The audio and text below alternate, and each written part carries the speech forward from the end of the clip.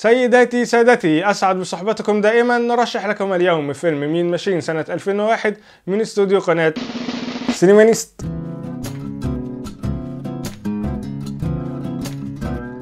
بتدور أحداث الفيلم حوالين كابتن منتخب إنجلترا داني ذا مين ماشين اللي توقف للأبد بعد تلعبه في مباراة أدت إلى خسارة المنتخب، وبسبب مشكلة ما داني بيتقبض عليه وبيتسجن وبيطلب منه في السجن اللي هو يلعب مباراة بفريق مكون من المساجين ضد فريق ضباط السجن. الفيلم من بطولة فيني جونز وجيسون ستيثم وآخرون.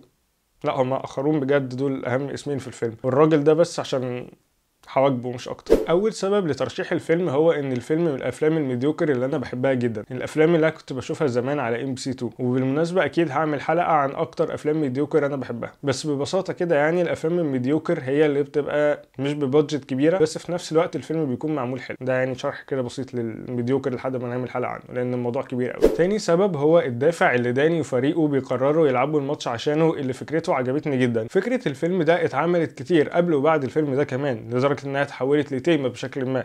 جايز كان من اخر افلام دي كان فيلم كابتن مصري، اللي بالمناسبه فيه شبه كبير بينه وبين فيلم مين ماشين بالذات في الشخصيات، ويمكن يكون ده سبب كمان للترشيح. لو عجبك فيلم كابتن مصر ممكن تبقى حابب تشوف الفيلم الاصلي منه. ثالث سبب هو جيسون ستيثم اللي طالع بدور مسجون خطر لدرجه ان الناس حتى بتخاف تتكلم معاه، وكان السبب اللي خلاه يوافق بس على هو يشارك في الماتش اللي هو بيكره الضباط. ده كان السبب الوحيد اللي هو بيكره ضباط السجن. وهزلية الموضوع ان الشخصية اصلا بتضحك عكس ما انت شايف خوف الناس منها، وده بالنسبة لي كان قرار صعب من جيسون نفسه، اللي هو في بداية مشواره يقرر يعمل كاركتر زي دي اللي هي اكشن كوميدي، في حين اللي جيسون ستيثم اصلا كل ادواره بتعتمد على اللي هو ممثل اكشن جد. وبالمناسبة جيسون اصلا ما اتكلمش في اغلب مشاهده. ونيجي لاهم سبب لترشيح الفيلم هو فيني جونز نفسه، الراجل اللي اداؤه ككابتن فريق عجبني جدا جدا. بنشوفه وهو بيتعامل مع فريق المساجين اللي ما يعرفوش اي حاجه عن اللعب المحترف، بنشوف تدريبه ليهم واللي هو ازاي بيخليهم يحاولوا يكسبوا باي شكل كان، قصاد فريق منظم جدا اللي هو فريق الضباط اللي بيتمرن باجهزه بجد بيلعبوا بشكل احترافي. والشيء اللي بالنسبه لي كشخص لا يفقه شيء تماما عن الكوره كان مفاجاه،